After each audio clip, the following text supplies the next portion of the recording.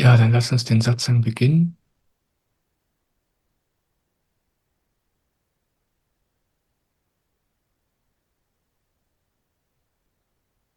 Herzlich willkommen zum Satzang. Herzlich willkommen zum zweiten Tag des Pfingstintensives.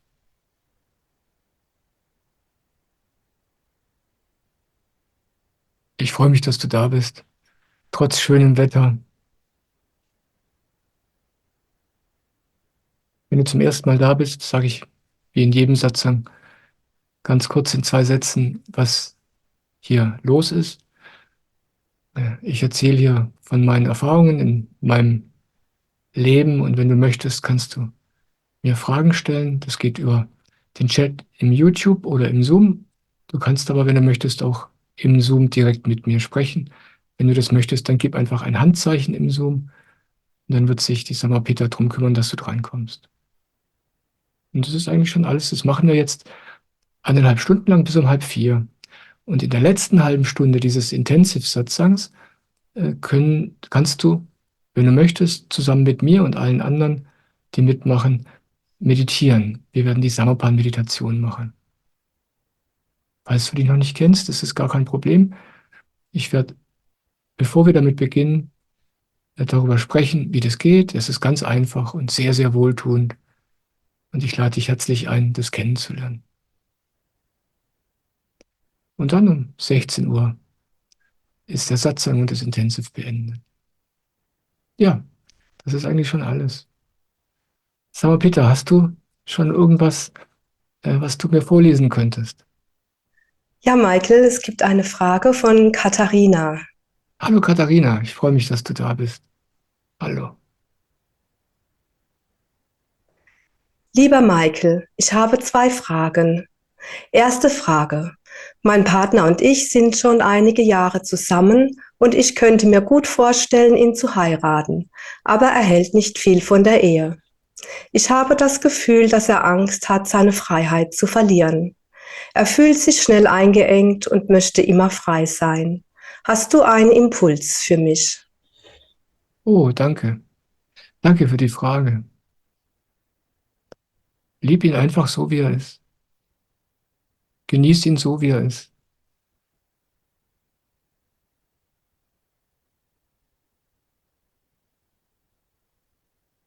Je mehr du ihn einfach so liebst, wie er ist, so seltsam wie er ist. Ich meine, er ist ein Mann, ja, er kann nichts dafür. Männer sind so, viele jedenfalls. Und je mehr du ihn einfach so schätzt, wie er ist, ohne ihn anders haben zu wollen, desto leichter ist es für ihn zu entspannen. Und wer weiß, was dann noch möglich ist. Aber mein Rat an dich wäre, denk nicht an die Zukunft. Es ist wunderschön, dass du dir vorstellen könntest, ihn zu heiraten. Und du kannst ja einfach mit ihm so leben, als ja, für dich ist es wie eine Ehe. Ja? Du fühlst dich, als wäre das dein Mann für den Rest des Lebens. Und dann leb einfach so mit ihm.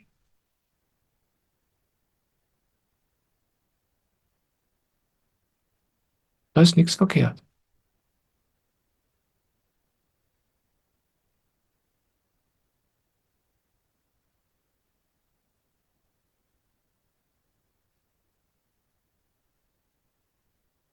Danke für deine Frage.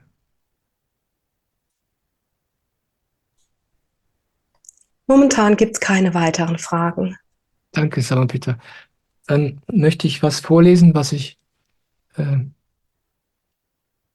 ich habe ja gestern zu Beginn des Satzangs eine Frage äh, vorgelesen. Da ging es äh,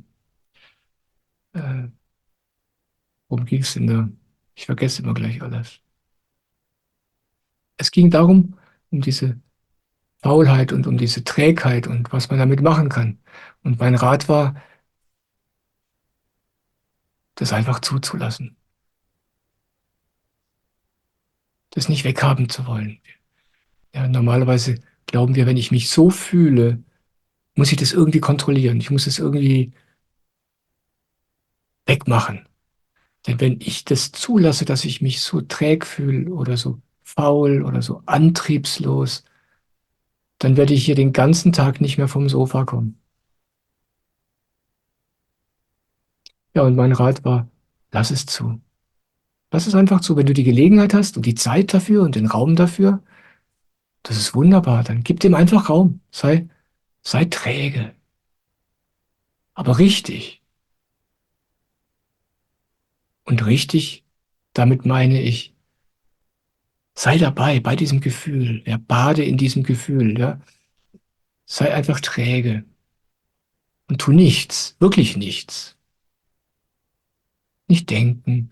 Nicht am Handy irgendwo rumsurfen. Das ist anstrengend. Und dann bist du hinterher noch träger. Aber wenn du wirklich einfach nur träg bist und faul, dann geschieht was. Irgendwann, von selbst. Das war mein Rat. Und dann schrieb sie jetzt zurück: Ich danke dir für deine Antwort. Sie klingt erleichternd und beängstigend zugleich. Kann da etwas Gutes dabei herauskommen, wenn alles einfach sein darf? Das ist natürlich eine rhetorische Frage. Ja, natürlich ist es eine rhetorische Frage und doch auch nicht. Wir glauben das wirklich. Wir glauben wirklich so ganz tief unten drin, da kann nichts Gutes bei rauskommen, wenn ich das einfach so sein lasse. Und deswegen meine Herausforderung an dich, selber herauszufinden, was dann wirklich passiert. Hör auf, dagegen zu kämpfen, wie du dich fühlst, wenn du die Gelegenheit hast.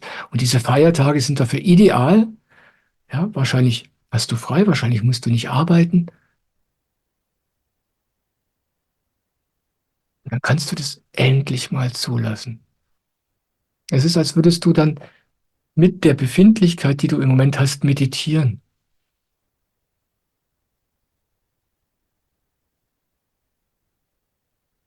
Meine persönliche Erfahrung ist, dass da nur Gutes dabei herauskommt.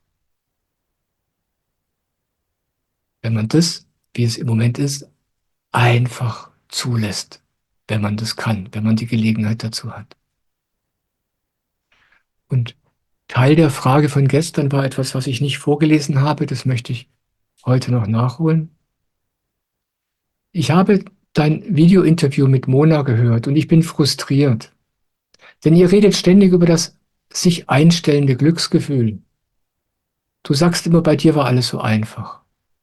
Kein Widerstand gegen die Meditation oder gegen den Guru. Und du wusstest sofort, was richtig war. Ich weiß nicht, wie man alles darf sein oder ich darf so sein, verbindet mit ich will auf dem Weg bleiben.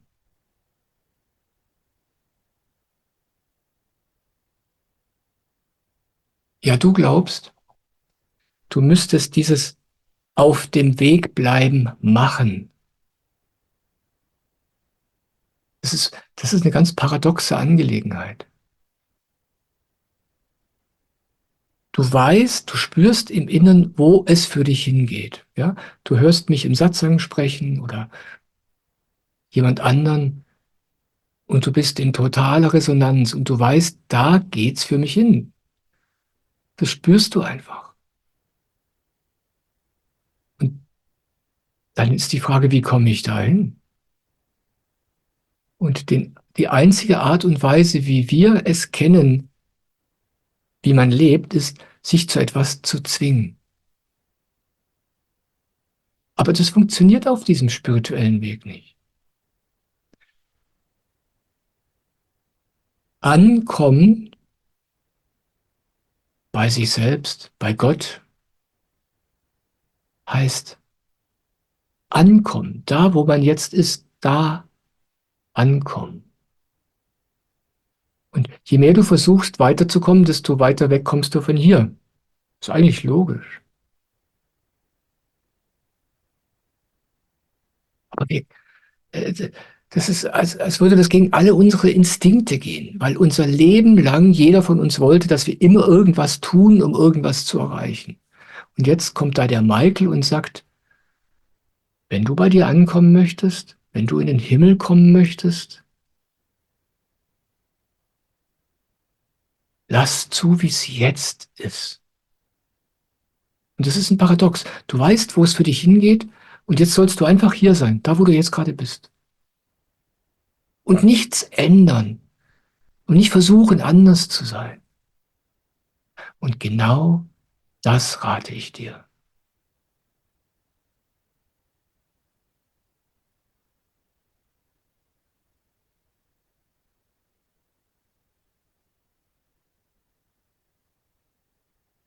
Schau mal, wie lange du faul sein kannst. Und meditieren ist die ultimative Faulheit. Die Samatha-Meditation, was man da tut, ist, das ist die einzige Meditation, die ich kenne, und ich habe viele kennengelernt in diesem Leben, wo man wirklich nichts tut, wo es nichts zu erreichen gibt. Man parkt die Aufmerksamkeit hier an dieser ganz gewöhnlichen Stelle hier oben, scheinbar ganz gewöhnlich. Man denkt nichts, man will nichts. Es gibt nichts zu erreichen. Man soll sich nach dieser halben Stunde des Meditierens nicht auf eine bestimmte Weise fühlen.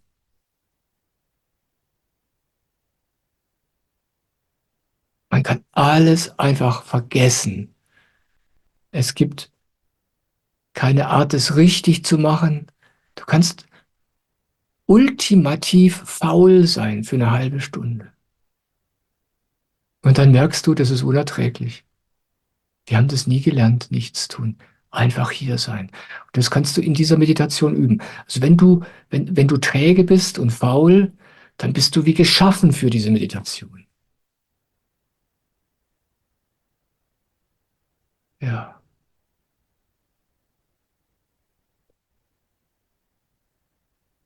Und ich möchte noch was sagen. Du sagst, dass dich das frustriert, wenn du mich darüber sprechen hörst, wie einfach das für mich war und über diese ganzen Glücksgefühle immer. Erstens spreche ich nicht über die Glücksgefühle. Ich habe alle möglichen Gefühle. Das ändert sich dauernd. Ich spreche nicht von Gefühlen. Ich spreche von so einem Zustand, der immer da ist, ganz gleich, was für Gefühle da sind. Manchmal fühle ich mich traurig oder hilflos oder verkehrt oder unglücklich. Manchmal fühle ich mich glücklich oder froh oder einfach ganz neutral. Aber da drumherum, da drunter, da drüber, da ist eine Befindlichkeit, die größer ist als diese Gefühle, diese Emotionen, die alle mit dieser körperlichen Existenz zu tun haben. Und davon spreche ich. Und weißt du, wir sind sehr, sehr ungeduldig.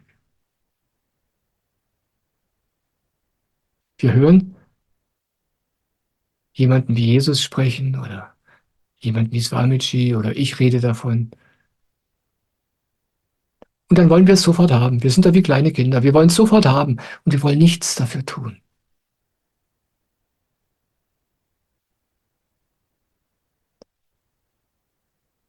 Alles, wovon ich spreche, ist jedem einzelnen Menschen möglich, auch dir. Das Einzige, was du zu üben hast, ist, faul zu sein. Ich spreche von der Meditation. Wirklich faul zu sein. Ja? Den Kopf leer zu haben. Immer wieder. Jeden Tag damit zu beginnen, den Kopf leer zu haben. Da einfach eine halbe Stunde lang ultimativ faul zu sein. Dann wirst du auch so, wie ich bin.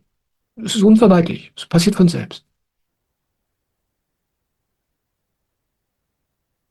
Es braucht nur ein bisschen Zeit. Wir wollen es aber sofort haben. Und diese Frustration, das, das zeigt dir, wie schwierig das eigentlich ist, dieses Nichtstun. Ja, es fühlt sich so einfach an. Und das einfach ein paar Jahre zu üben. Mehr ist nicht notwendig.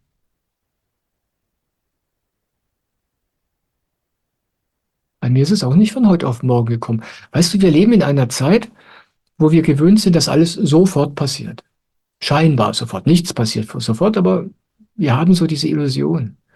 Und gerade im spirituellen Bereich, ja, da gibt es so viele Menschen, die sagen, ja, ja, alles kein Problem, zack, ja, ein Wochenende und alles ist erledigt. Es ist nicht meine Erfahrung. Und die Menschen, denen ich in diesem Leben begegnet bin, denen ich vertraue, die sagen sowas auch nicht.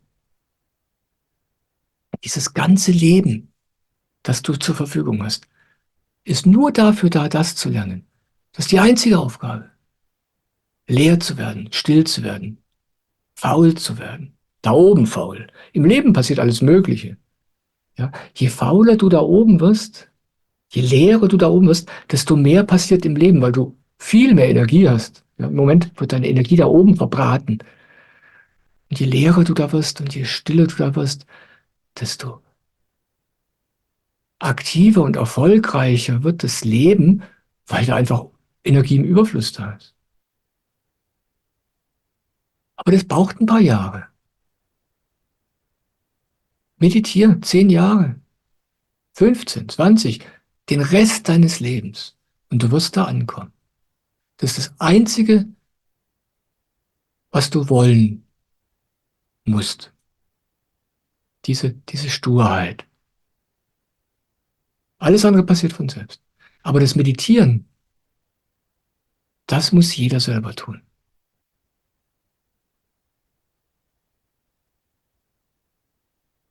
Das kann dir auch kein Guru abnehmen. In diesem Leben bin ich seit etwa 24, 25 Jahren auf diesem Weg. Aber das ist nicht das erste Leben, in dem ich das mache. Mein ganzes letztes Leben ging nur darum und die Leben davor wahrscheinlich auch, ich weiß es aber nicht. Ja, sei einfach geduldig mit dir und sei stur und lerne wahre Faulheit. Mehr ist nicht notwendig. Danke.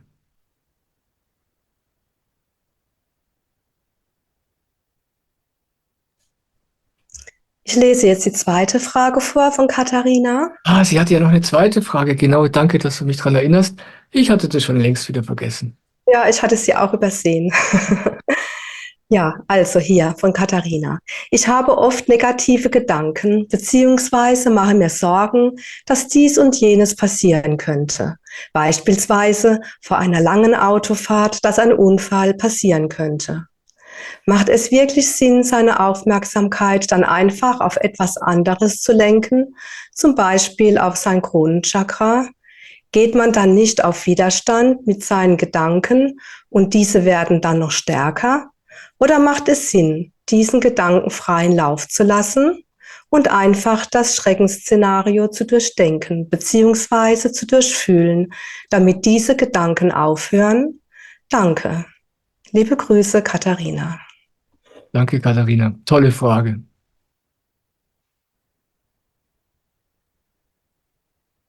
Es gibt da zwei Möglichkeiten. Du kannst so einen Gedanken, um bei dem Beispiel mit der Autofahrt zu bleiben, durchdenken. Aber dann bis zum Schluss. Okay, wenn ich mich jetzt ins Auto setze und losfahre, könnte ein Unfall passieren. Ja, das stimmt. Und, und was ist das Problem? Ja, dann habe ich einen Unfall und dann bin ich vielleicht verletzt. Ja, und? Dann bin ich halt verletzt. Ja, aber dann kann ich vielleicht nicht mehr arbeiten. Ja gut, dann kann ich halt nicht mehr arbeiten. Was soll's? Ja, und dann verdiene ich kein Geld mehr. Ja gut, dann habe ich kein Geld mehr. Und dann verhungere ich. Ja, okay, dann verhungere ich. Ja, aber dann sterbe ich. Okay, dann sterbe ich. Und?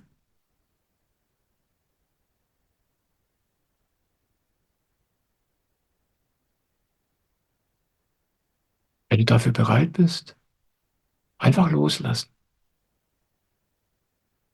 Denn mein spiritueller Meister Soham sagte früher sehr oft, das zieht dem Tiger die Zähne.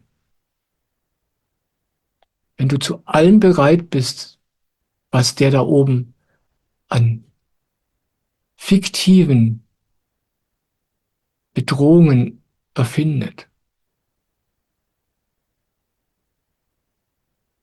gibt es kein Problem mehr.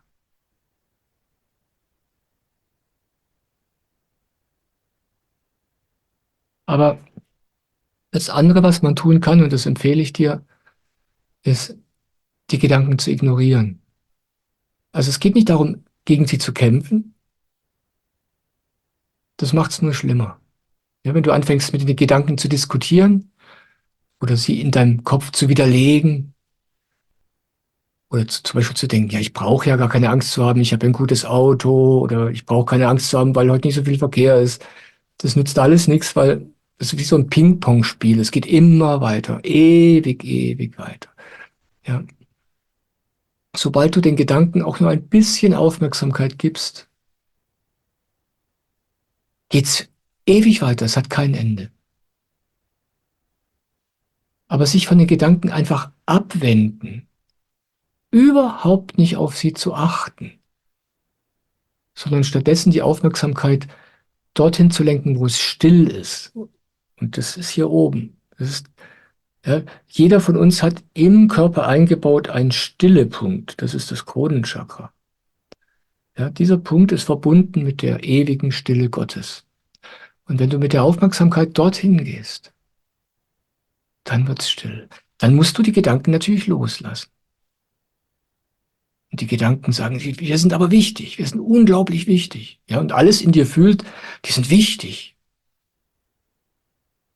Und du sagst, trotzdem gehe ich jetzt in die Stille. Einfach die Gedanken ignorieren und da hochgehen.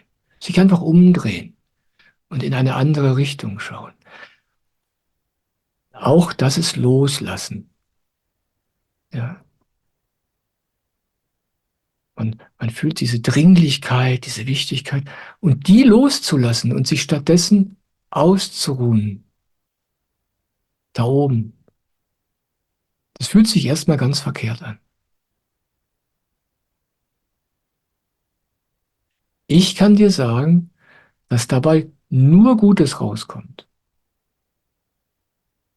Wenn du aufhörst, den Gedanken Aufmerksamkeit zu geben, dann bist du hier im Moment. Und dann kannst du dich um alles, was im Leben wirklich wichtig ist, ganz einfach und praktisch kümmern. Weil du nicht denkst, weil du da bist. Dann nimmst du alles viel besser wahr, was wirklich wichtig ist. Und dann bist du ausgeruht. Und dann bist du aufmerksam und richtig präsent. Und dann passiert auch kein Unfall.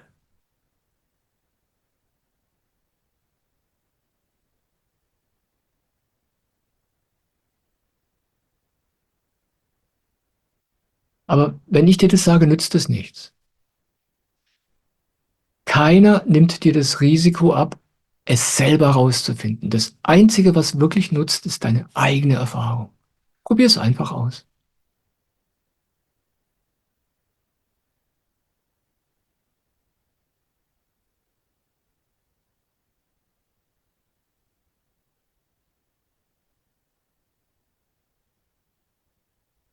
Ich lebe so.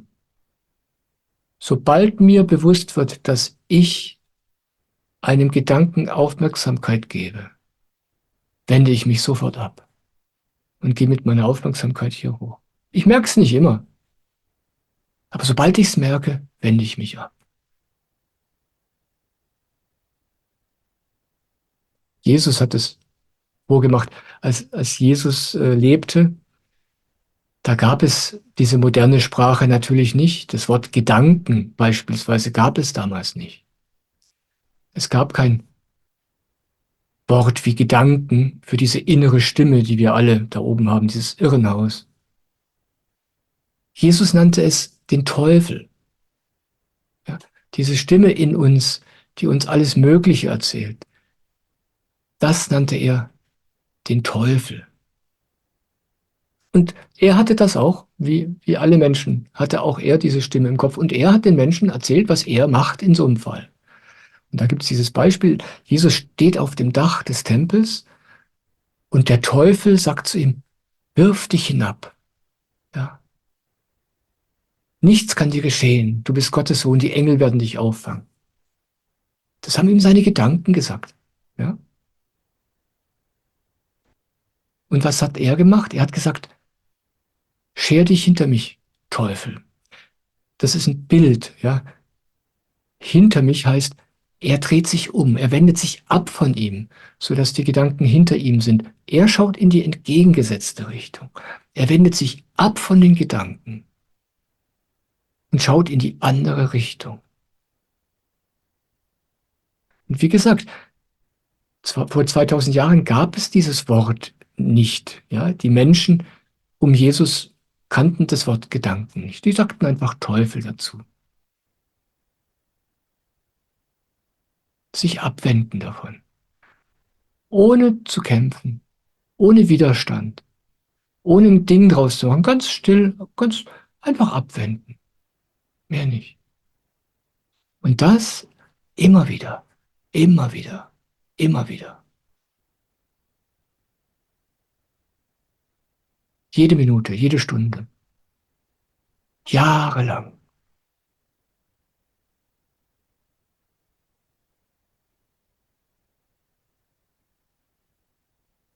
Und wenn du das wagst, das auszuprobieren, dann wirst du deine eigenen Erfahrungen machen. Und dann wirst du wissen, wovon ich spreche, aus eigener Erfahrung. Und dann ist es für dich keine Frage mehr. Du musst dann immer noch üben, den Gedanken keine Aufmerksamkeit zu geben. Ja, das lernt man nicht von heute auf morgen. Aber du weißt dann, das ist der richtige Weg. Und damit ändert sich alles im Leben. Alles. Das ist eigentlich das Einzige, was wir zu lernen haben. Es braucht aber Zeit.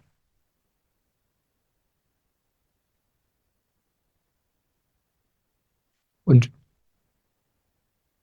das, ich schätze deswegen auch die Samapan-Meditation so sehr, weil die ist wie so ein Übungsfeld in einem ganz sicheren Rahmen. Ja, du sitzt zu Hause im Wohnzimmer oder in deinem Schlafzimmer. Du bist in einem völlig sicheren Raum, kein Autoverkehr, du sitzt nicht im Auto, nichts kann geschehen. Du sitzt da mit geschlossenen Augen und du richtest die Aufmerksamkeit auf dein Kronenchakra. Und dann, das kennst du vielleicht schon zur Genüge, wenn du die Meditation bereits machst, dann kommen die Gedanken. Und die zerren an dir. So viele Gedanken, die alle sagen, ich bin wichtig. Irgendwas, woran du denken musst, irgendwas, was du nicht vergessen darfst. Irgendwas, was jetzt wichtiger wäre als meditieren. Und da üben wir dieses Loslassen dieser so wichtig erscheinenden, so echt erscheinenden Gedanken. Und das tut richtig gut. Da kriegt man richtig gut Übung darin. In einem Umfeld, wo wirklich nichts passieren kann.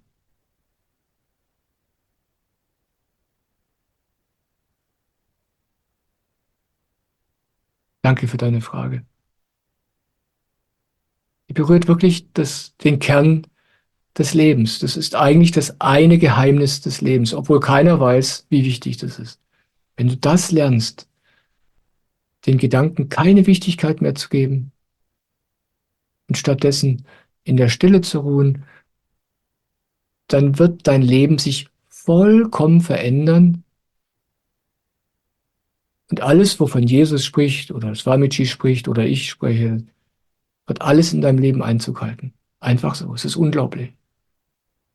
Ja, danke.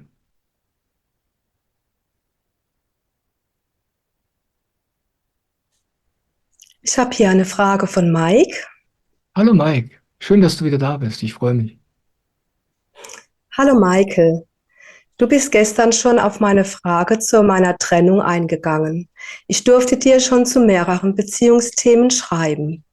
Im Silvesterretreat mit der Frage, ist sie die richtige? Dann später zu dem Trennungsschock und gestern zu meiner Frage, muss ich mein Herz verschließen, um stabiler zu werden? Und du antwortest ja im Prinzip immer das Gleiche. Such nach dem Glück in dir. Deine Partnerin ist nicht da, um dich glücklich zu machen. Oder habe keine Erwartungen an das Außen. Gestern sagtest du, die ganze Welt macht es anders. Wir sehen es in romantischen Beziehungen, in Filmen und jeder sucht das Glück immer, Jeder versucht das Glück immer in der gleichen Antwort zu bekommen. Weil da fehlt mir die konkrete Handlungsanweisung von dir, wie sie ein Coach für viel Geld anbieten würde. Zum Beispiel, mach diese 5 Schritte und dann wirst du glücklich. Oder mach dies und du bekommst die Frau ins Bett. Punkt, Punkt, Punkt. Und du sagst immer wieder, schau nach innen, schau in dir, mach die Samapa-Meditation, die ich übrigens seit 8 Monaten jeden Morgen mache. Das ist ja eigentlich auch eine Handlungsanweisung, aber schwer umzusetzen. Immer wieder nach innen zu schauen, wenn man das nie gelernt hat. Ich habe gelernt, ein guter Freund, Sohn und Partner zu sein. Ich habe nicht lernen dürfen, wer dieser Mike eigentlich ist und was er will. Es ist echt schwer und ich fühle mich manchmal allein mit dieser großen Aufgabe. Schön, dass es dich gibt. Ich liebe dich. Danke, Mike. Du hast es so schön auf den Punkt gebracht. Genau so ist es. Die ganze Welt macht's anders und es gibt zahllose, kluge, charismatische, erfolgreiche Menschen, die dir alles Mögliche sagen würden, was gut klingt und was dich davor bewahren würde, diese schwere Herausforderung anzunehmen. Ich könnte dir auch 5 Schritte geben, wie du eine Frau ins Bett kriegst.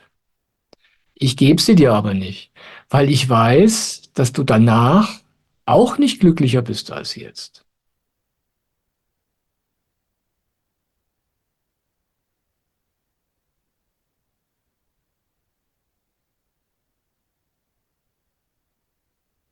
Und es ist so, wie du sagst. Es ist so leicht, sich um andere zu kümmern. Es ist so leicht, zu versuchen, es mit anderen Menschen irgendwie hinzukriegen. Es ist so leicht, das Glück da draußen zu suchen, obwohl man nie erfolgreich dabei ist. Aber es zu versuchen, ist so leicht. Und sich selbst zuzuwenden, ist so schwer. Ist es nicht interessant? Wir sind uns selbst am nächsten. Du brauchst nirgendwo hingehen. Du brauchst nur die Augen schließen und nach innen fallen. Und doch ist es das Schwierigste, das es gibt. Ist das nicht interessant? Und solange ein Mensch dafür nicht bereit ist, solange wird für diesen Menschen diese ganzen verführerischen Angebote, die es gibt, die du gerade so schön beschrieben hast, interessant sein. Und dann gibt man viel Geld aus und probiert alles Mögliche aus. Ich bin für die wenigen Menschen hier, die das ausprobiert haben und die wissen, das ist es nicht. Ja. Die alles ausprobiert haben, was es da draußen gibt und die sich jetzt fragen, ja und jetzt? Ich weiß, das funktioniert alles nicht. Die erzählen alle nur Müll. Die wissen nicht, wovon sie sprechen. Aber was soll ich jetzt tun? Wie werde ich denn jetzt bitte schön glücklich? Und dann wird man bereit für die eine wahre Aufgabe im Leben, sich selbst zuzuwenden.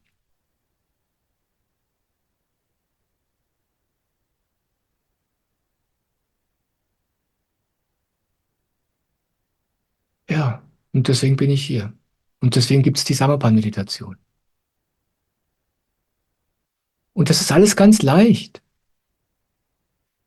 Es ist ja, also ganz praktisch betrachtet, also technisch betrachtet, ist es ja unglaublich leicht, diese Meditation zu machen. Praktisch betrachtet ist es unglaublich leicht, sich selbst Aufmerksamkeit zu geben.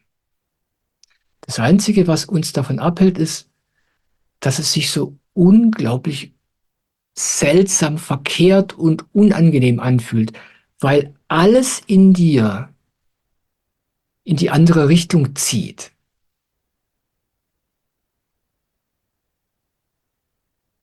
Und sich dann nicht ziehen zu lassen, sondern zu sagen, ja, ja, zieht ihr mal ihr Gedanken, ihre Idee, ihre Wünsche, diese ganzen Sachen, zieht ihr mal, ich mache jetzt was anderes. Und es fühlt sich so verkehrt an, weil die ganze Welt was anderes sagt. Und auch im spirituellen Bereich. Alle sagen was anderes. Überall gibt es gute Tipps, wie es in 5 Schritten richtig gut geht und dann ist man für immer glücklich und weil man die Traumpartnerin hat oder was auch immer. Ja.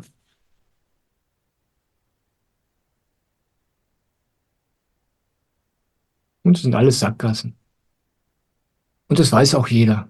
Ja, wenn jemand, der das hört, wenn, wenn ein, wenn einer, der weiß, wovon er spricht, sowas sagt und du hörst es, dann weißt du, das stimmt. Du weißt es einfach. Du weißt genau, wo die Richtung ist. Du weißt, ich habe recht. Obwohl ich es nicht beweisen kann, ich kann es auch nicht erklären. Du weißt es. Ja. Und das ist das einzig Schwierige an diesem Weg. Einfach immer wieder dranbleiben, immer wieder neu anfangen. Man wird immer wieder abgelenkt, man geht immer wieder in die alte Richtung, die du in diesem Leben schon 30, 40, 50 Jahre lang begangen hast und in zahllosen Leben davor auch. Ja, diesen Weg kennst du, diesen Weg da raus in die Welt. Der ist so alt bekannt. Er führt nirgendwo hin, aber wir kennen ihn. Und jetzt etwas zu machen, was wir nicht kennen, das ist die einzige Schwierigkeit. Und deswegen erinnere ich dich immer wieder dran, immer wieder. Und alle anderen.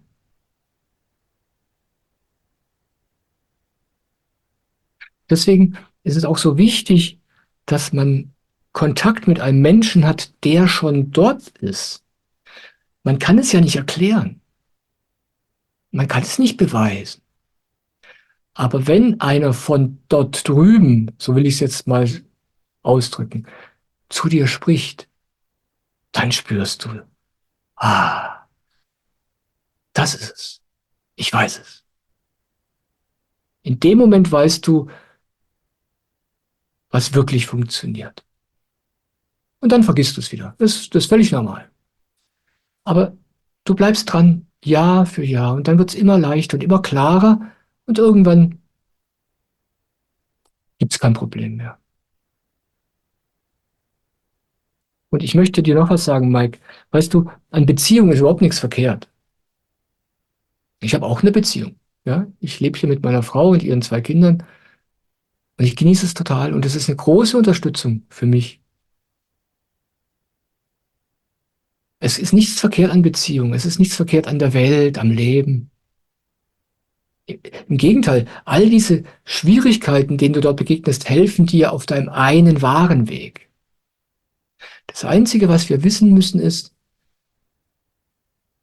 dass all diese Dinge dort draußen uns nicht das geben, was wir eigentlich suchen. Das ist eigentlich alles. Und wenn man das einmal weiß, dann werden diese Dinge plötzlich schön, aber unwichtig.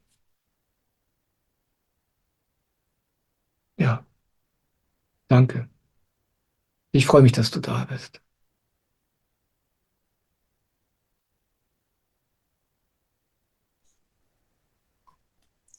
Katharina antwortet dir: Vielen Dank, Michael.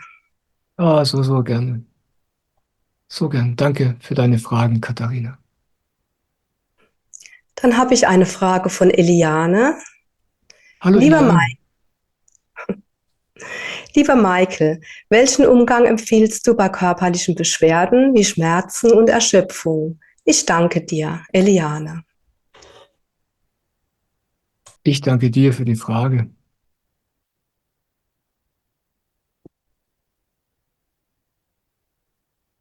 Hör ihnen zu. Lass sie da sein. Erschöpfung ist ein tolles Beispiel. So viele Menschen schreiben mir wegen Erschöpfung. Und sie fragen mich, was soll ich damit tun? Wie werde ich die Erschöpfung wieder los?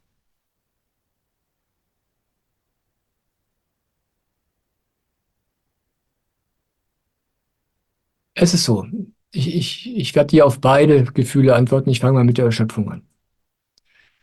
Es ist so, du lebst dein Leben und du hast überhaupt gar keine Ahnung,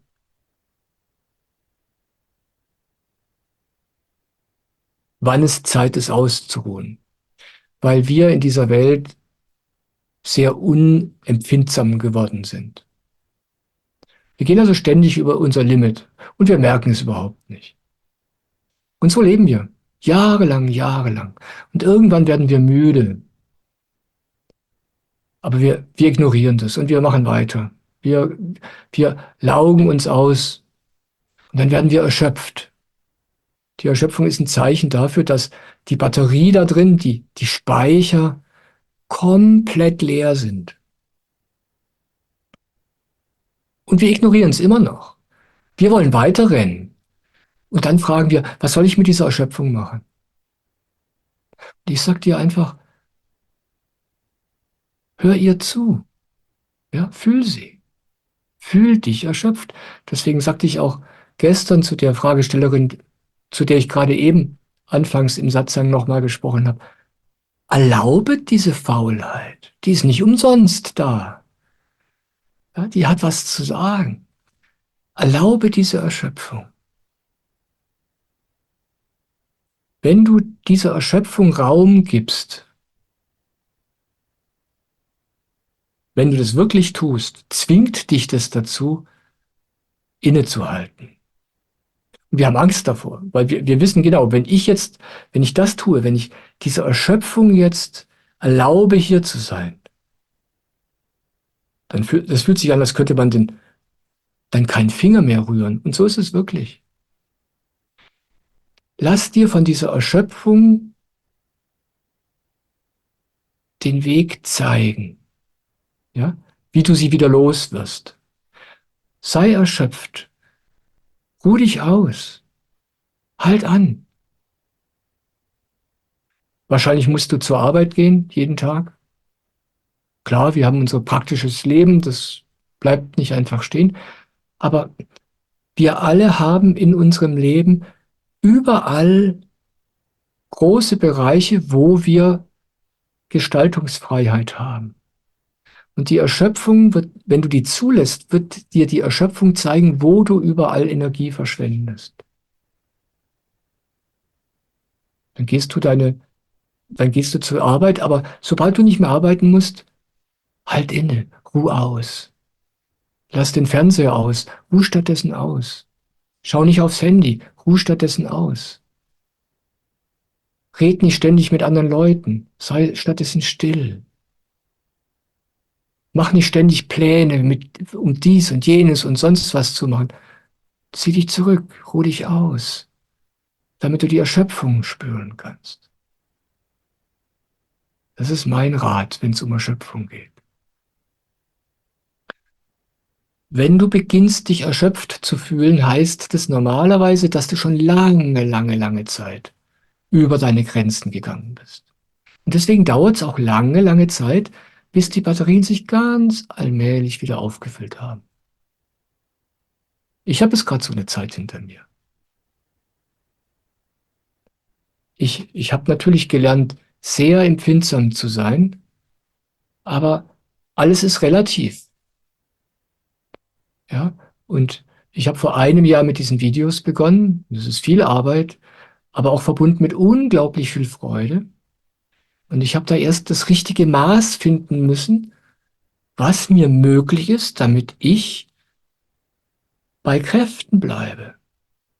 Und ich habe dann so viel Freude und so viel Spaß, dass ich all meine Energie da reingebe.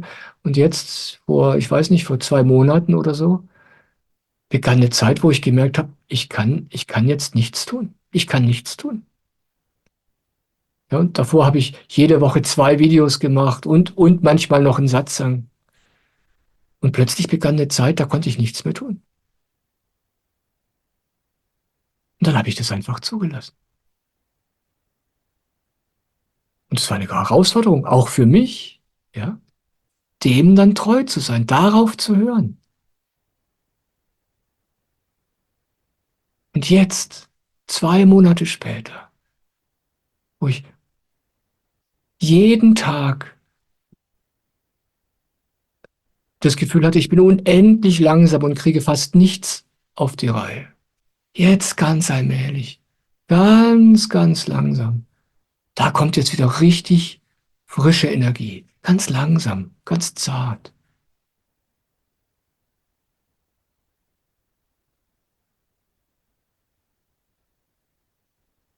Es braucht Zeit. Bei manchen Leuten dauert es nicht 2 Monate, bei manchen Leuten dauert es ein Jahr oder 2 Jahre. Es kommt darauf an, wie lange man sich selbst missbraucht hat. Ja. Und was war das Zweite, sag mal bitte? Erschöpfung und,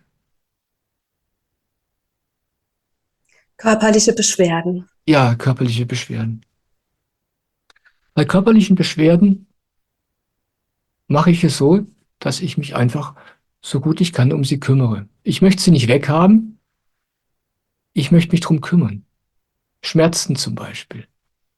Schmerzen sind ganz ähnlich wie Erschöpfung. Schmerzen sind ein Signal des Körpers. Der Körper sagt, hallo, ich brauche bitte mal hier Aufmerksamkeit. Irgendwas tut weh und die ganz natürliche Reaktion ist, dem Aufmerksamkeit zu geben. Das kannst du an Kindern beobachten. Wenn die sich irgendwo wehtun, dann setzen sie sich hin, legen die Hände drauf, machen die Augen zu, weinen und sind ganz da. Das will der Körper, Aufmerksamkeit, da wo es weh tut. Wir Erwachsenen machen das normalerweise anders. Wir wollen den Schmerz weghaben. Das funktioniert auch ganz gut. Ja, dann nimmt man Schmerztabletten oder ignoriert den Schmerz. Aber die Ursache, die geht dadurch natürlich nicht weg. Und dann wird man halt später noch viel kränker. Mein Rat also, gib dem deine Aufmerksamkeit. Und das reicht meistens schon. Sobald du beginnst, dem Schmerz oder der körperlichen Beschwerde einfach nur deine Aufmerksamkeit zu geben, das ist meine Erfahrung mit meinem Körper, du hast keine Ahnung, vielleicht weißt du gar nicht, warum es weh tut. Aber du gibst ihm einfach deine liebevolle Aufmerksamkeit. Ja, du kannst sagen, danke Körper, ich habe zwar keine Ahnung, was da los ist, aber danke, dass du mich rufst, hier bin ich. Und es ist meine Erfahrung, dass man dann früher oder später durch Intuition rauskriegt, was man jetzt tun kann, um dem Körper zu helfen, wieder zu heilen oder wieder ins Gleichgewicht zu kommen.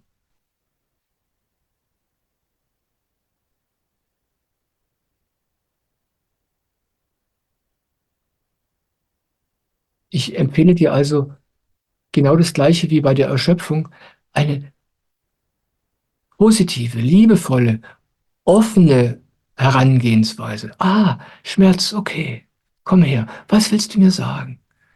Zeig mal, wo tut's weh? Ich bin da. Anstatt dieses Weghaben wollen. Das führt zu nichts. Ja, dann verlängerst du das dem Ganzen zugrunde liegende Problem nur. Das Problem kennst du natürlich überhaupt nicht. Brauchst doch nicht kennen. Der Schmerz zeigt dir den Weg. Die Erschöpfung zeigt dir den Weg. Und mehr brauchen wir nicht wissen. Es geht alles von ganz alleine, wenn wir diesen Signalen des Lebens gegenüber einfach offen sind. Ja, so mache ich das.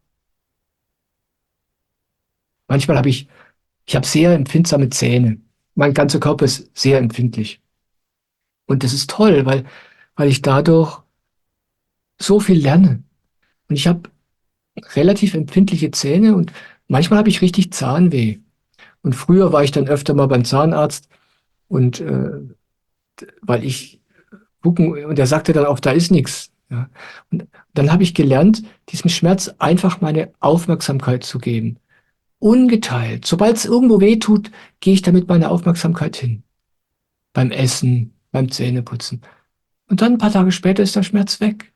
Alles ist weg. Wenn er länger da bleibt, werde ich langsam misstrauisch und dann frage ich den Zahnarzt, was da los ist. Manchmal ist da natürlich auch was, aber in den meisten Fällen ist da nichts und der Körper will einfach nur diese heilsame Aufmerksamkeit und der Rest passiert von selber. Ich habe da sehr, sehr gute Erfahrungen mitgemacht. Danke für diese Frage. Ich mag diese praktischen Fragen total. Vielen Dank.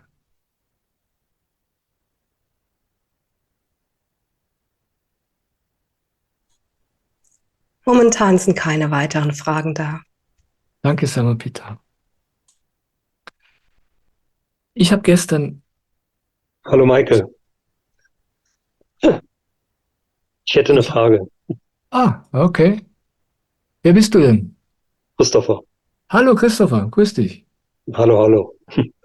Also ich hatte dir eigentlich meine Frage auch schon mal per E-Mail geschickt, aber da bin ich noch nicht dran, weil du hast mehrere andere wahrscheinlich noch. Aber jetzt kann ich sie ja stellen. Ja, bitte. Ja, ich bin jetzt auch so fast ein Jahr dabei, die Meditation zu machen. Und es geht mir eigentlich seitdem insgesamt besser und ich fühle mich freier und auch zufriedener. Aber ich hatte dir schon mal geschrieben, ich habe ja diese Nierenkrankheit und die ist natürlich, die sorgt dafür, dass ich eigentlich immer in einer gewissen Angst bin. Es geht mir also ich bin im Stadium 4, es gibt da 5 Stadien, bei dem Stadium 5 muss man an die Dialyse. Ich bin eigentlich kurz vor der Dialyse, aber das jetzt schon seit fast einem Jahr. Das ist eigentlich ungewöhnlich, weil die meisten Menschen in dem Stadium, wo ich bin, sind nicht mehr so vital und fit, wie ich es noch bin. Das ist gut. Trotzdem ist diese Angst immer noch da, dass der Körper oder die Nieren dann das irgendwann nicht mehr schaffen und dass ich dann eben an die Dialyse muss. Und davor habe ich wirklich Angst, weil ich mich natürlich informiert habe und weiß, dass es ein Leben ist, was dann sehr davon bestimmt ist, dass man 3-mal die Woche 6 Stunden da an das Gerät muss und dass der Körper dadurch natürlich noch sehr gefordert wird und ja, am Ende dahin sieht, bei den meisten Fällen. Und da kann ich nicht loslassen und das auch nicht annehmen. Und ja, an dem Punkt stehe ich jetzt. Und ich würde aber gerne diese Angst einfach loswerden und sagen, ich komme, was wolle, das kommt vielleicht irgendwann. Ich gebe mich dem hin und bin trotzdem zufrieden. Und das ist eigentlich so der Punkt, dass ich immer noch in dieser Angst bin einfach. Immer wieder. Ja, das ist meine Frage. Danke. Danke, Christopher. Ja, schön, dass du schreibst, dass du dich jetzt meldest. Bevor ich auf deine Frage eingehe, möchte ich kurz was zu dem sagen, was du sagtest. Du hattest mir schon vor geraumer Zeit geschrieben. Ich habe noch nicht geantwortet. Das gehört zu dem, was ich eben erwähnte. Ich lerne gerade so langsam zu sein, wie ich sein muss, damit ich mich selbst nicht überhole, sozusagen, ja. Und das erfordert, ich lerne da wirklich Bescheidenheit, ja. Meine Möglichkeiten sind begrenzt und im Rahmen meiner Möglichkeiten zu bleiben und dann zu sagen, tut mir leid, ich bin so langsam. Ja. Ich möchte am liebsten immer alles sofort beantworten und am liebsten würde ich jeden Tag ein Video machen. Es geht nicht, es ist mir nicht möglich und es soll wohl auch nicht so sein. Ja. Aber ich freue mich, dass du jetzt hier auftauchst. Das ist sehr schön. Ja, und jetzt zu deiner eigentlichen Frage.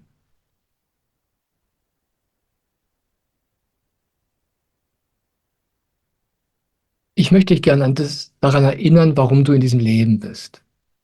Ja? Bevor du in dieses Leben gekommen bist, wusstest du, was deine Aufgabe ist. Und die ist es, während man lebt, während man im Körper ist, sich daran zu erinnern, wer man wirklich ist. Was du gerade erlebst, ist das, was wir alle Menschen teilen. Wir sind vollkommen identifiziert mit diesem Körper. Ja? Und unsere gesamte Befindlichkeit hängt davon ab, wie es diesem Körper geht. Sobald der ein bisschen krank wird, sobald wir an den Tod erinnert werden, sind wir wir sind, uns geht's nicht gut. Ja? Wir sind völlig aus dem Gleichgewicht, weil wir mit diesem Körper identifiziert sind. So ist es einfach. Es geht uns allen so. Und wir sind in diesen Körper gekommen, während wir diese Erfahrung haben, das, was du gerade erlebst, während wir diese Erfahrung haben, uns daran zu erinnern, wer wir wirklich sind.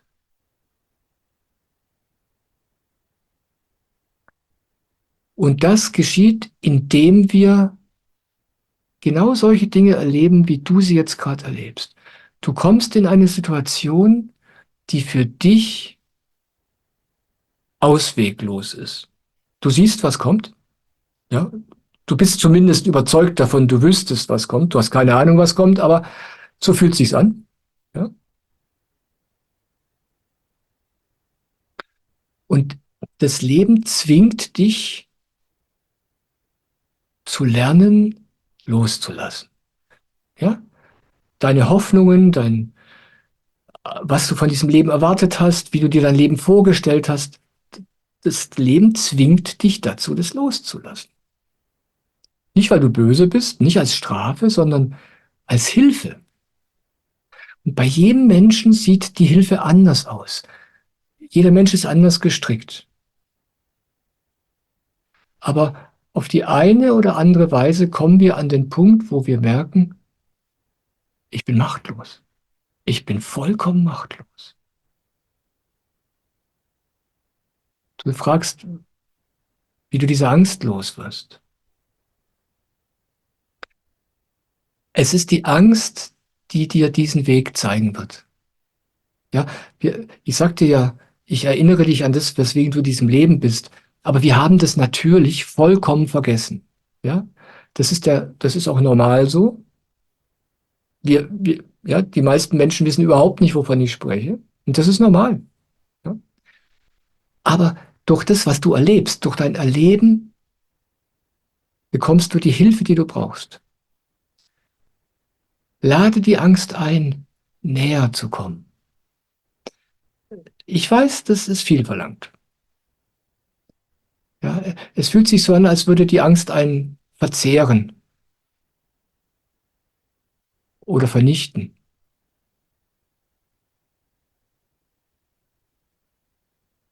Lass sie trotzdem kommen.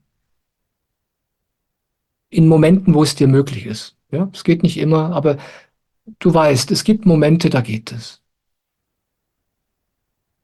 Schließ die Augen. Kannst du auch jetzt machen. Ja? Schließ einfach die Augen. Lade die Angst ein. Lade sie ein, näher zu kommen. Und bei dir zu sein. Und lass für einen Moment deinen Widerstand los. Vergiss den für einen Moment. Du weißt nicht, was es bedeutet. Lass einfach die Angst da sein. Das ist alles, was es gerade gibt. Da ist nur diese Angst. Überall um dich herum. Hinter dir, vor dir, über dir, unter dir. Du bist einfach in der Mitte. Und du ruhst in dieser Angst und du weißt gar nichts mehr.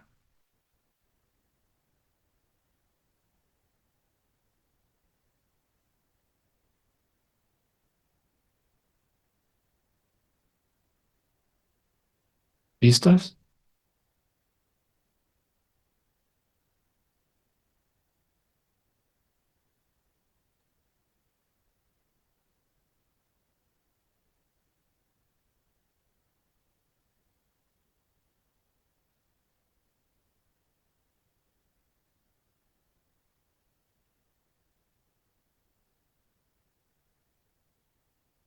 Es ist still.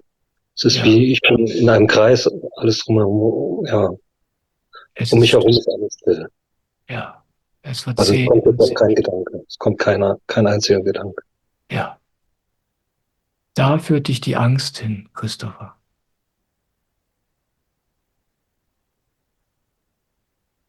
Sie führt dich in einen Space, in den du alleine gar nicht hinkommst. Im Moment noch nicht. Ja, kein Gedanke, keine Zukunft. Wenn du da bist,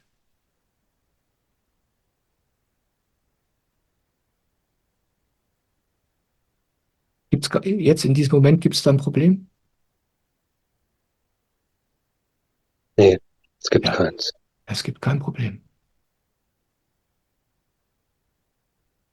Und wenn morgen kommt, dann bist du auch wieder da, wo du jetzt gerade bist. Und dann gibt es morgen auch kein Problem. Hm. Dafür ist die Angst gut. Ja. Ist ein Freund.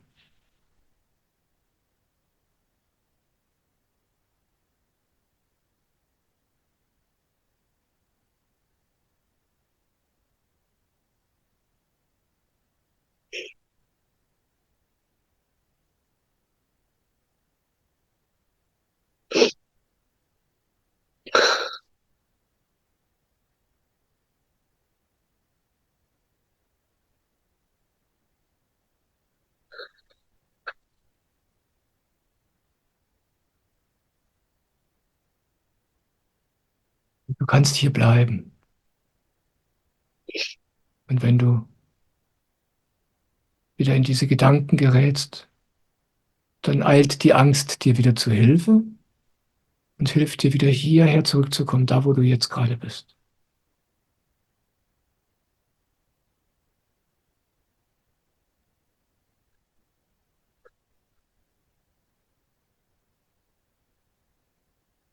Und hier gibt es kein Problem. Nie.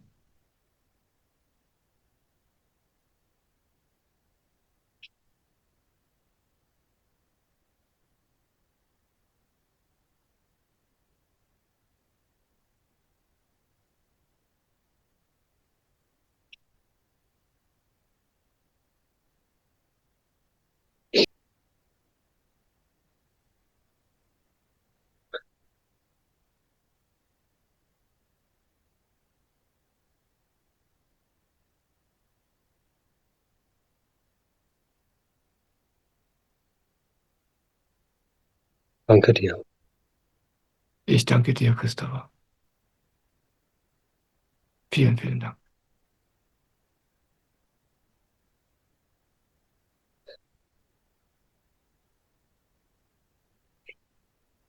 Sag mal, Peter, hast du was vorzulesen?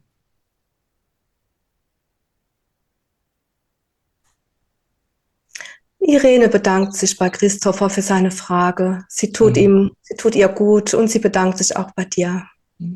Ja, sowas tut wirklich gut. Ja. Und dann gibt es keine weiteren Fragen. Ja, ich habe gestern noch auf die E-Mail einer anderen Person geantwortet. Da ging es um den Guru, um Swamiji und darum, dass sie das Gefühl hat, dass dieser Guru unmögliche Sachen sagt, die ihr alle Knöpfe drücken. Und ich bin gestern ein wenig darauf eingegangen, warum es für manche Menschen so schwierig ist, sowas zu hören. Einfach weil wir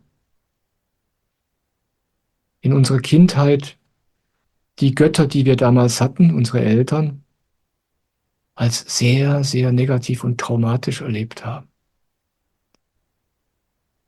Und ich bin gestern nicht mehr darauf eingegangen, warum so ein Guru diese Sachen eigentlich sagt, die einem manchmal etwas seltsam vorkommen. Und ich möchte jetzt einfach der Vollständigkeit halber da noch zwei Sachen zu sagen.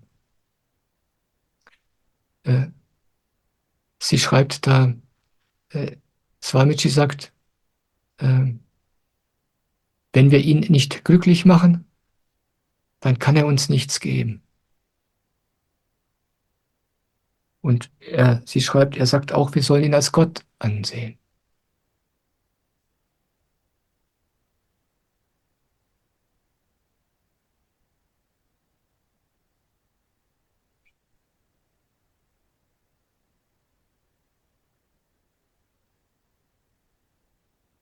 Es ist oft so, dass so ein Guru Sachen sagt, die wir überhaupt nicht verstehen. Wir sind mit dieser körperlichen Existenz völlig identifiziert und aus dieser Perspektive heraus hören wir dann diesen Guru oder so ein Jesus zum Beispiel etwas sagen. Aber ein Guru, ein Jesus spricht von einem ganz anderen Ort aus. Der meint es ganz anders. Aber wir haben keine Ahnung, wie er es meint.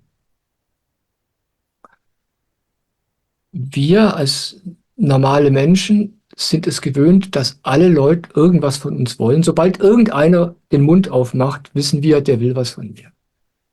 Und die schlimmsten Leute sind die, die sagen, ich liebe dich. Weil da wissen wir ganz genau, die wollen besonders viel von uns. Die erwarten besonders viel. Ja. Sobald uns jemand einen Ratschlag gibt, wittern wir sofort, der will was. Und so ist es zwischen uns Menschen. Ja? Aber wenn der Guru spricht, ist was völlig anderes. Der braucht gar nichts von dir. Der will nichts von dir. Der gibt nur Ratschläge, wie du für dich etwas tun kannst. Alles, was der Guru sagt, ist nur ein Ratschlag für dich, damit du es mit dir selbst leichter hast. Dem Guru ist es egal. Und es ist jetzt so.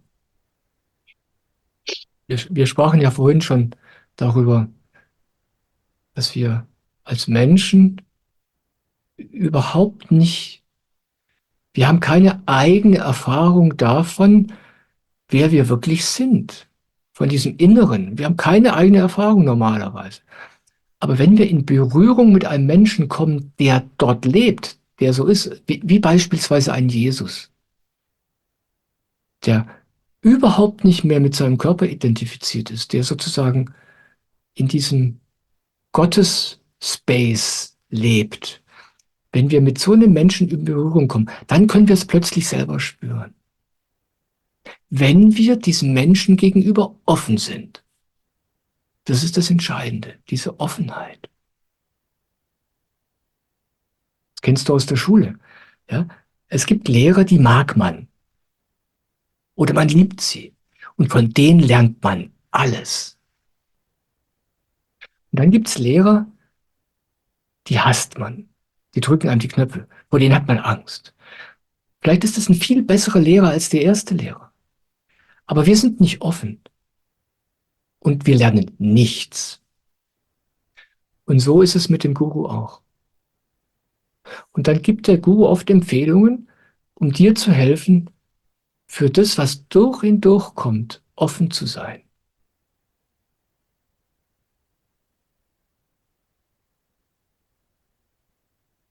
Das ist alles.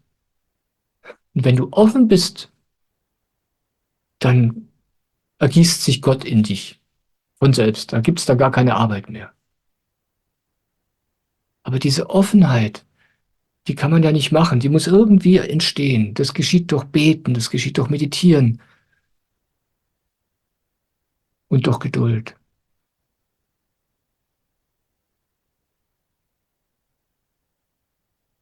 Und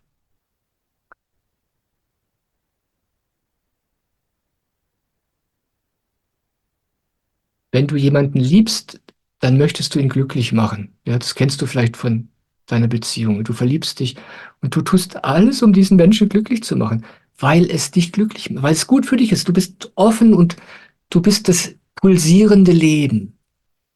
Du glaubst, es kommt von dieser Person, die du liebst. Aber das stimmt nicht. Du bist verliebt und deswegen bist du total offen. Und diese Offenheit, deine Offenheit, die macht, dass Gott in dich rein kann. Die kommt nicht von dem Mädchen oder von dem Jungen, in den oder in die du verliebt bist. Die kommt aus deiner Verbindung zu Gott, die du normalerweise überhaupt nicht spüren kannst. Aber du bist offen in dem Moment und dann passiert alles von selbst und du wirst getragen. Du bist zu allem fähig. Ja? Und dann nach einer Weile verschwindet diese Offenheit wieder. Und dann bist du wieder so wie vorher. Es hat ja alles nie was mit dieser anderen Person zu tun. Es ist immer schon eine Angelegenheit zwischen dir und Gott, zwischen dir und der Existenz, zwischen dir und dem Leben gewesen. Ja, und so ist es mit dem Guru auch. Und wenn du offen bist für Gott, dann ist der Guru glücklich. Weil er sieht, dass es dir gut geht. Er braucht es nicht. Ihm ist es egal. Aber das macht ihn glücklich. Ja.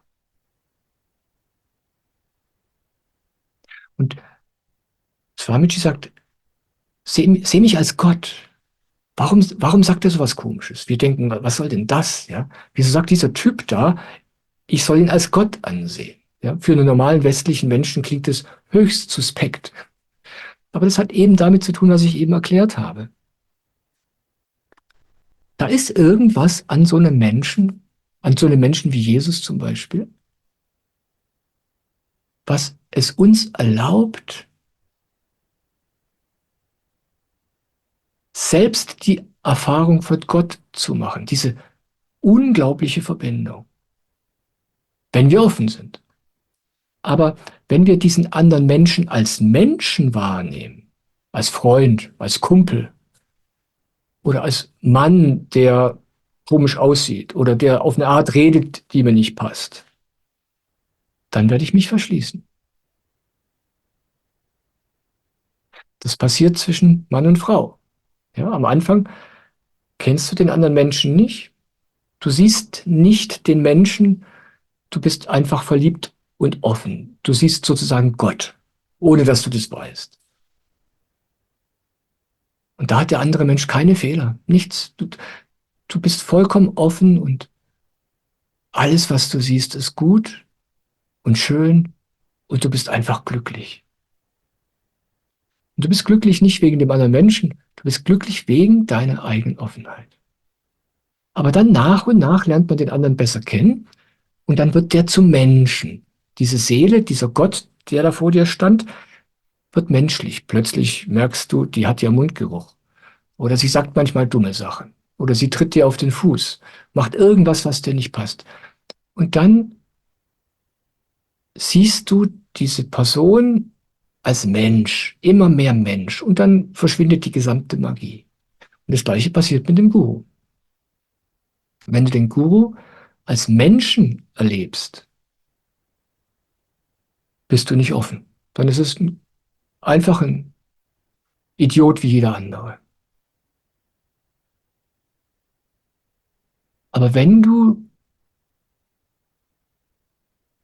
es dir bewahren kannst, dieses Medium Gottes als solches zu sehen,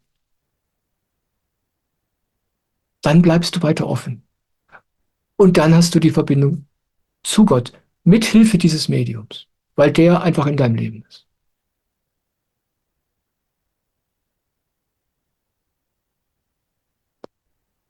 Dieser Rat eines Gurus, seh mich als Gott, nicht als Mann, hat also überhaupt nichts mit dem Ego eines Gurus zu tun. Das sagt er dir, weil er weiß, wie du als normaler Mensch funktionierst. Die Hindus haben, da gibt es eine alte Tradition, manche Hindus, die nehmen einen Stein und dann malen sie rot an. Und dann ist dieser Stein für sie Gott. Das ist ein Stein wie jeder andere. Aber weil sie diesen Stein als Gott ansehen und mit ganzer Kraft und mit ganzer Überzeugung wissen, das ist Gott, dadurch werden sie offen. Und dann haben sie eine Verbindung zu Gott. Der Stein ist nur ein Hilfsmittel. Und so ähnlich ist es mit dem Guru auch. Nur, dass das Hilfsmittel in Form eines Gurus millionenfach stärker ist als so ein Stein.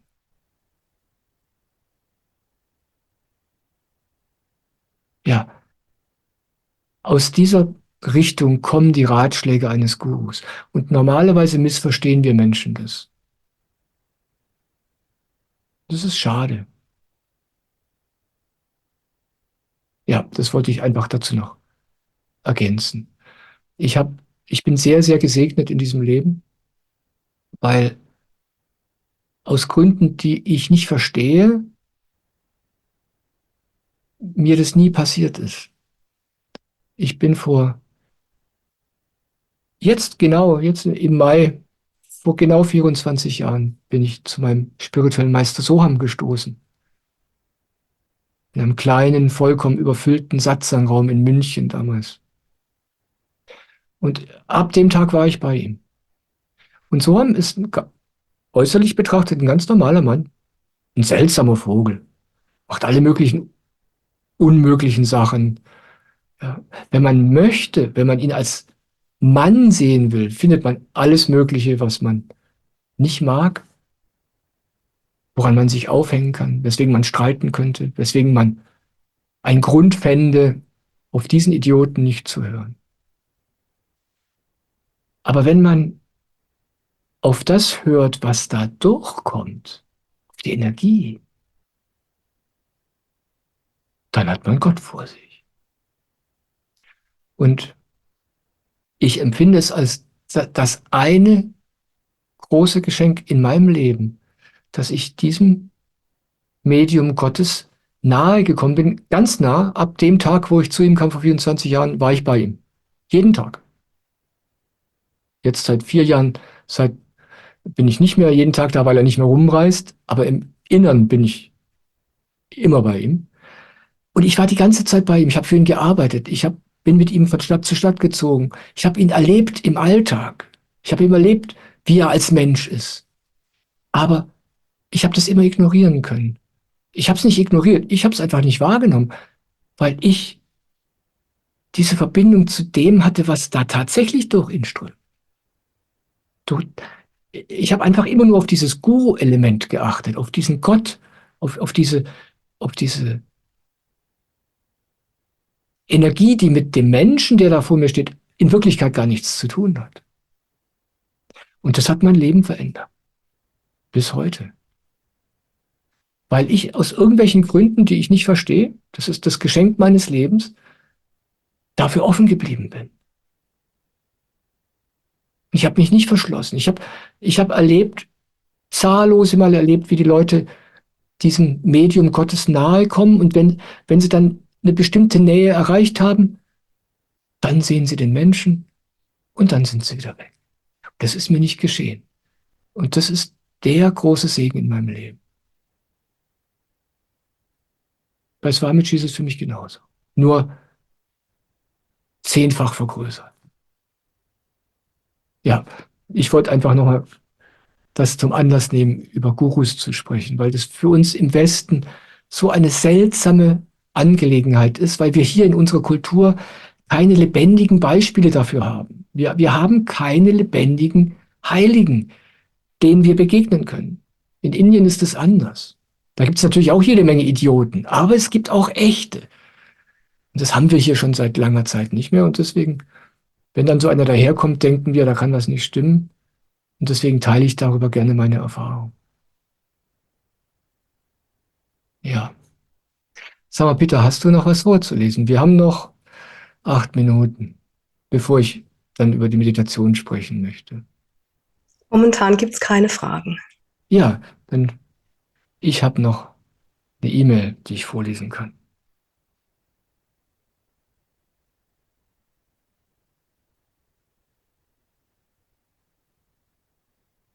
Leider kann ich mich immer noch nicht regelmäßig zur Meditation hinsetzen. Ich versuche gerade, es mit kürzeren Sitzungen in diesen Gewohnheitsmodus zu schaffen, sozusagen um mich auszutricksen.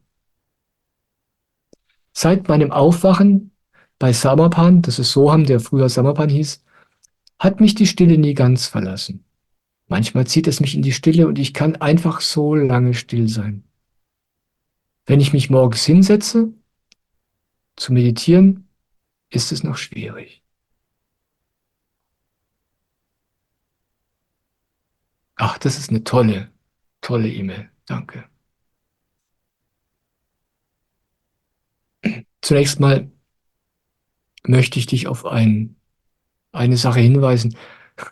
Du lügst hier nämlich. Du schreibst, ich kann mich immer noch nicht regelmäßig zur Meditation hinsetzen. Das stimmt nicht. Du willst dich nicht regelmäßig zur Meditation hinsetzen. Können tust du schon. Hinsetzen kann sich jeder, aber nicht jeder will. Und es ist wirklich sehr, sehr hilfreich, sich selbst gegenüber da ehrlich zu sein. Ich kann ist so, ach, ich Arme, ich will ja, aber ich kann nicht. Du bist ein Opfer. Aber wenn du sagst, der Michael hat recht, irgendwas in mir will gar nicht, dann ist es einfach.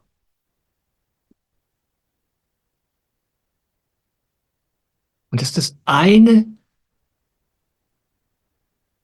was dir keiner abnehmen kann. Dieses Wollen. Das ist die einzige Herausforderung. Wenn du es willst, dann setzt du dich jeden Morgen hin. Der gesamte Rest geschieht mit der Zeit von selbst. Du brauchst nicht weise sein, du brauchst nicht schlau sein, du brauchst nicht klug sein, du brauchst nicht spirituell sein, du brauchst nichts drauf haben. Du kannst ein völliger Versager sein. Wenn du dich einfach jeden Morgen hinsetzen willst, das reicht. Alles andere geschieht von selbst. Ich verspreche es dir. Unter Garantie. Aber das ist das eine, was der eigene Beitrag ist zu diesem Wunder in diesem Leben. Und du sagst, wenn du dich morgens hinsetzt, ist es mit der Stille noch schwierig. Genau deswegen setzt man sich hin. Es gibt dieses große Missverständnis, dass Meditation dazu da ist, eine halbe Stunde in Stille zu sitzen. Natürlich ist es das letztendliche Ziel des Meditierens, diese Stille zu kultivieren, diese Verbindung zur Stille, zu Gott zu kultivieren. Aber in der Meditation passiert was ganz anderes. Du setzt dich hin, das wirst du auch gleich, wenn ja, du, der du gerade zuhörst, wenn du gleich mitmeditierst, in ein paar Minuten wirst du das erleben. Man setzt sich hin, man hat nichts zu tun, man verlässt die Gedanken und will sich einfach nur ausruhen und in Stille ruhen. Und dann wird's richtig laut. Dann erst merkt man, was in einem drin so alles los ist. Da erst merkt man, was so alles an einem zieht. Aber genau das ist das Hilfreiche am Meditieren. Normalerweise, und das ist dem Schreiber dieser E-Mail geschehen, irgendwann erlebt man Erwachen, irgendwann bekommt man die Stille geschenkt. Man erlebt zum ersten Mal, wie das ist, in diesem vollkommen stillen Raum zu sein. Das ist unglaublich. Das vergisst man nie wieder im Leben. Man bekommt es geschenkt. Aber dann geht die Arbeit erst los. Dann geht es darum, das zu kultivieren, zu lernen, immer wieder dorthin zu gelangen. Und dazu ist die Meditation da. Du setzt dich hin und dann wird's laut. Und trotz des Lärms, trotz dieser verführerischen Gedanken, trotz all diesem Wichtigen, was da an dir zerrt, trotzdem immer wieder zu diesem Stillepunkt hier oben zurückzukehren. Immer wieder, ganz stur, ganz sanft. Das muss man üben. Und wenn man das nicht übt, dann bleibt die Stille ein zufälliges Ereignis. Dann ist es nichts weiter als eine Erinnerung an irgendwas, was dir mal vor vielen Jahren im Satsang geschehen ist. Aber das ist dein Zuhause. Da kannst du ständig sein. Wenn du meditierst, konfrontierst du dich sozusagen mit all dieser Unruhe, mit all diesem Unstillen in dir. Und das mag niemand. Und deswegen suchen so viele Menschen eine Ausrede, nicht zu meditieren. Aber wenn du bereit bist, dich dem zu stellen und trotzdem zu meditieren, jeden Tag, jahrelang, egal wie lange es dauert, dann kann dir niemand den Himmel vorenthalten. Das ist automatisch. Das passiert von allein. Das ist das Einzige, was du tun musst, diese Sturheit zu haben. Danke für deine E-Mail. Danke, danke, danke.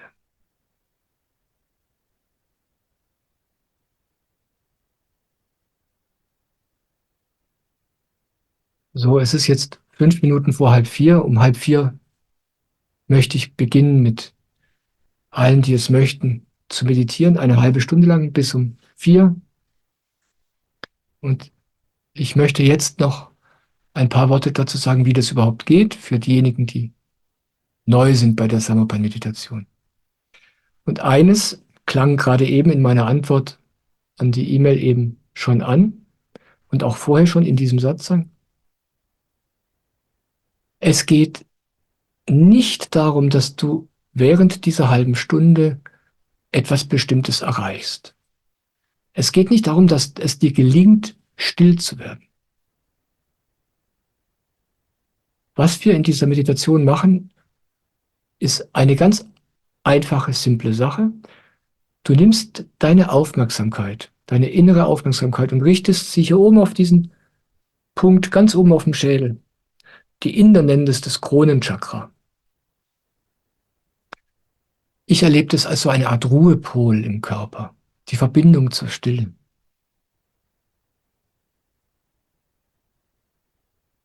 Und wenn du das tust, erlebst du den Lärm deiner Gedanken manchmal umso mehr.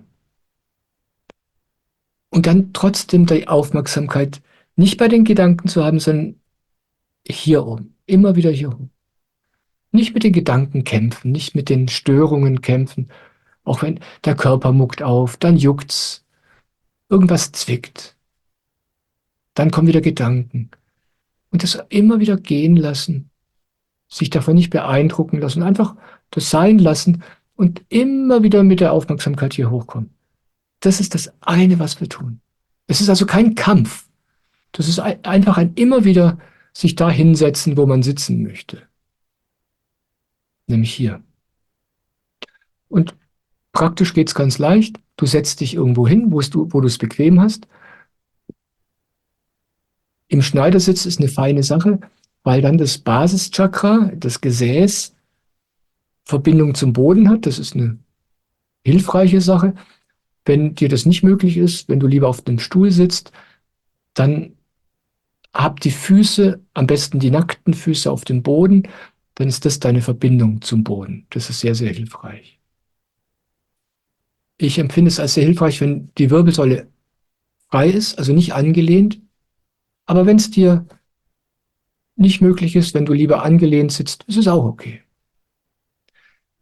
Das sind alles so praktische Nebensächlichkeiten, die ich dir sage, weil die Leute es dann meistens wissen wollen.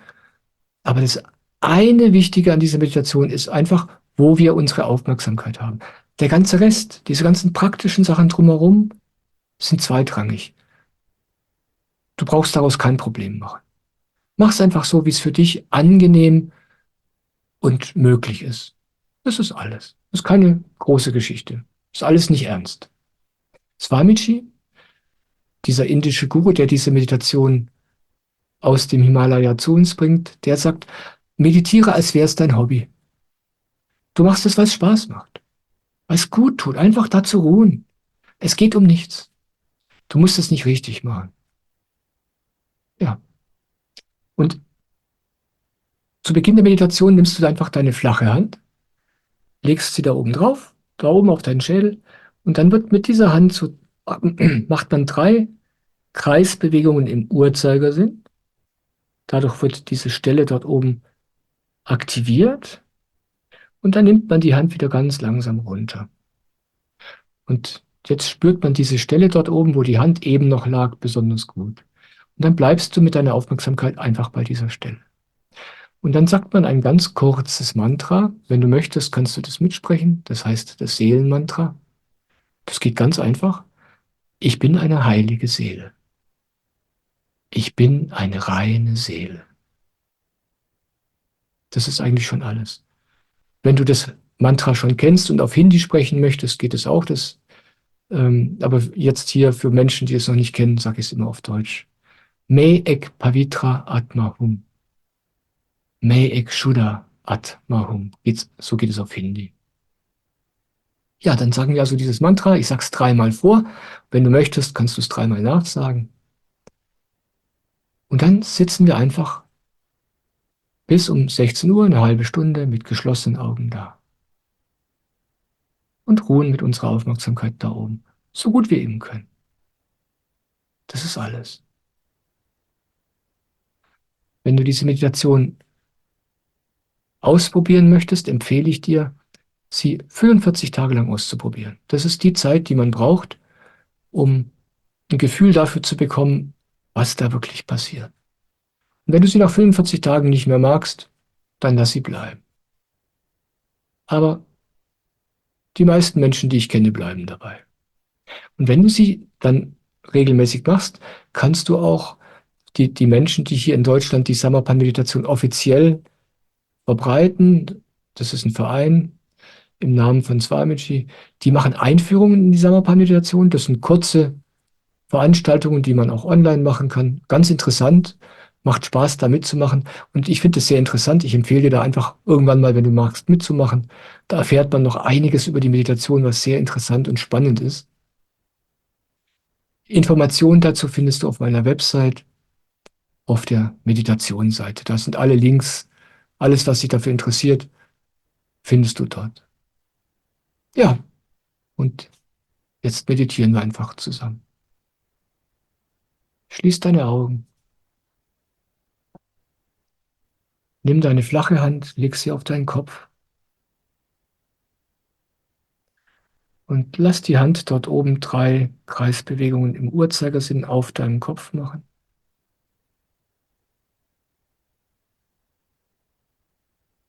Und jetzt nimmst du deine Hand ganz langsam runter.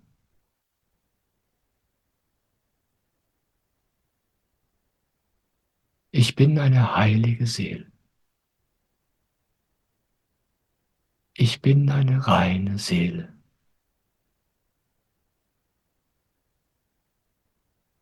Ich bin eine heilige Seele. Ich bin eine reine Seele.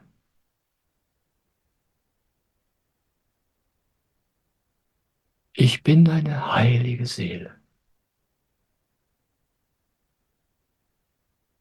Ich bin eine reine Seele.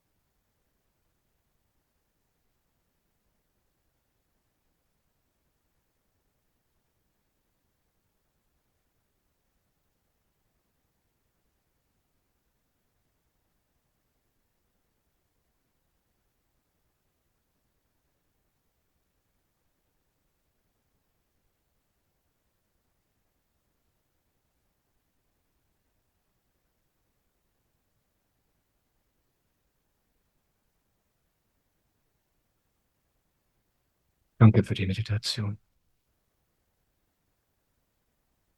Du kannst deine Augen jetzt langsam wieder öffnen.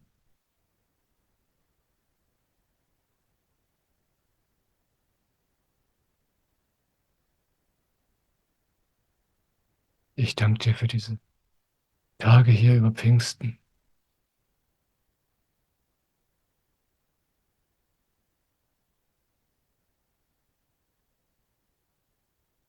Am Schluss möchte ich gern noch sagen, alles, was mit der Samarpan-Meditation zu tun hat, ist kostenlos. Alles. Auch die Einführung, die ich vorhin erwähnt habe, ist kostenlos. Alle Meditationsgruppen, die es da gibt, ist alles kostenlos, hat alles nichts mit Geld zu tun. Auch was ich hier mache, ist alles kostenlos. Wenn du möchtest, kannst du mich unterstützen. Ich freue mich über finanzielle Unterstützung.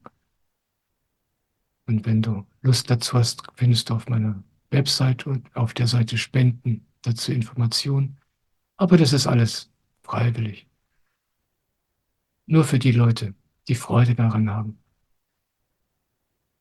Alles Spirituelle im Leben, alles wahrhaft Spirituelle, ist freiwillig und kostenlos.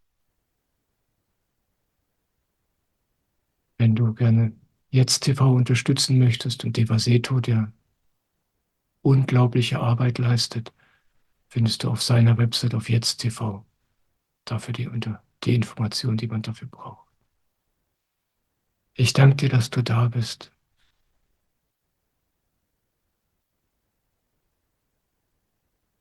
Ich liebe dich.